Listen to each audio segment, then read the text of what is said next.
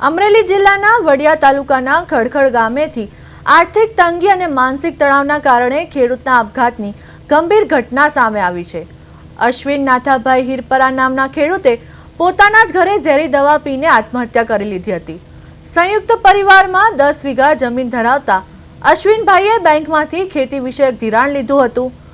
બેંકમાંથી લોન ભરવા માટે વારંવાર ફોન આવતા હોવાથી તેઓ માનસિક દબાણમાં હતા। જ્યારે આ બાબતે મૃતકના સંબંધી વિજય હિરપરાના જણાવ્યા મુજબ અશ્વિનભાઈ છેલ્લા 10 વર્ષથી માનસિક રોગની સારવાર હેઠળ પણ હતા।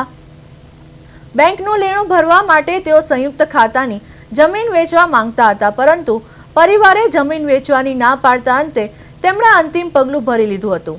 જ્યારે ઝેરી દવા પીધેલી હાલતમાં તેમને જૂનાગઢ હોસ્પિટલ ખસેડાયા હતા, જ્યાં સારવાર દરમિયાન તેમનું કરુણ મોત નીપજ્યું હતું। જે બાદ વડિયા પોલીસે હાલ અકસ્માતે મોતનો ગુનો નોંધી આગળની તપાસ હાથ ધરી છે।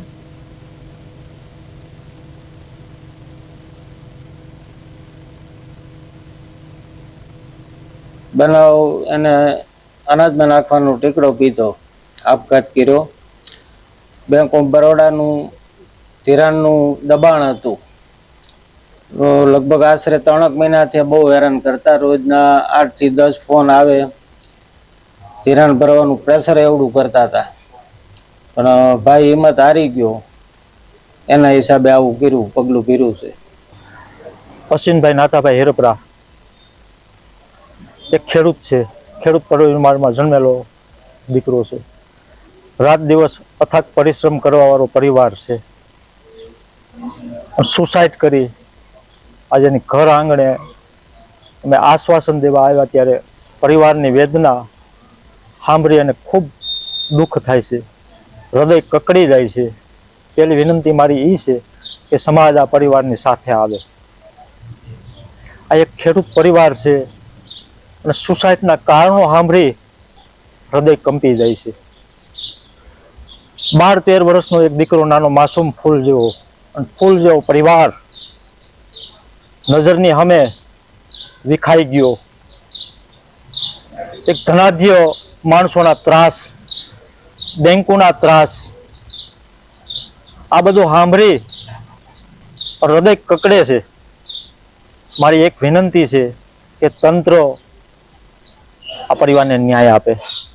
અશ્વિનભાઈ નાથાભાઈ હિરપરા, જે અમારા ગામનો એક હિરપરા પરિવારમાં એક ગણો તો સામાન્ય પરિવાર, એમાં અશ્વિનભાઈ નાના ખાતેદાર, ખેડૂત ખાતેદાર છે કે જેઓ આર્થિક રીતે નબળો પરિવાર છે અને બેંકમાં લોન લીધેલી હતી। તો અવારનવાર બેંકનું પ્રેશર આવવાથી કે ભાઈ ઉઘરાણી કરવાથી હવે એને પ્રયત્ન એની રીતથી ખૂબ કર્યા કે ભાઈ મારે બેંકને બધું ભરી દેવું છે, પણ છતાં પ્રયત્નશીલ છતાં એનાથી થયું નહીં અને એને આવું પગલું ભરવું પડ્યું છે કે સુસાઇડ કરવી પડી છે।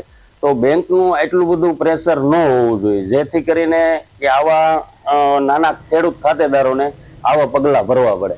તો બેંકને થોડુંક સમજવું જોઈએ કે ભાઈ એમના પરિવારનો સંપર્ક કરવો જોઈએ, અથવા તો ગામનો કોઈ નાગરિકો એનો સંપર્ક કરવો જોઈએ કે જેથી કરીને આ વ્યક્તિને આ પગલું ભરવું ન પડે।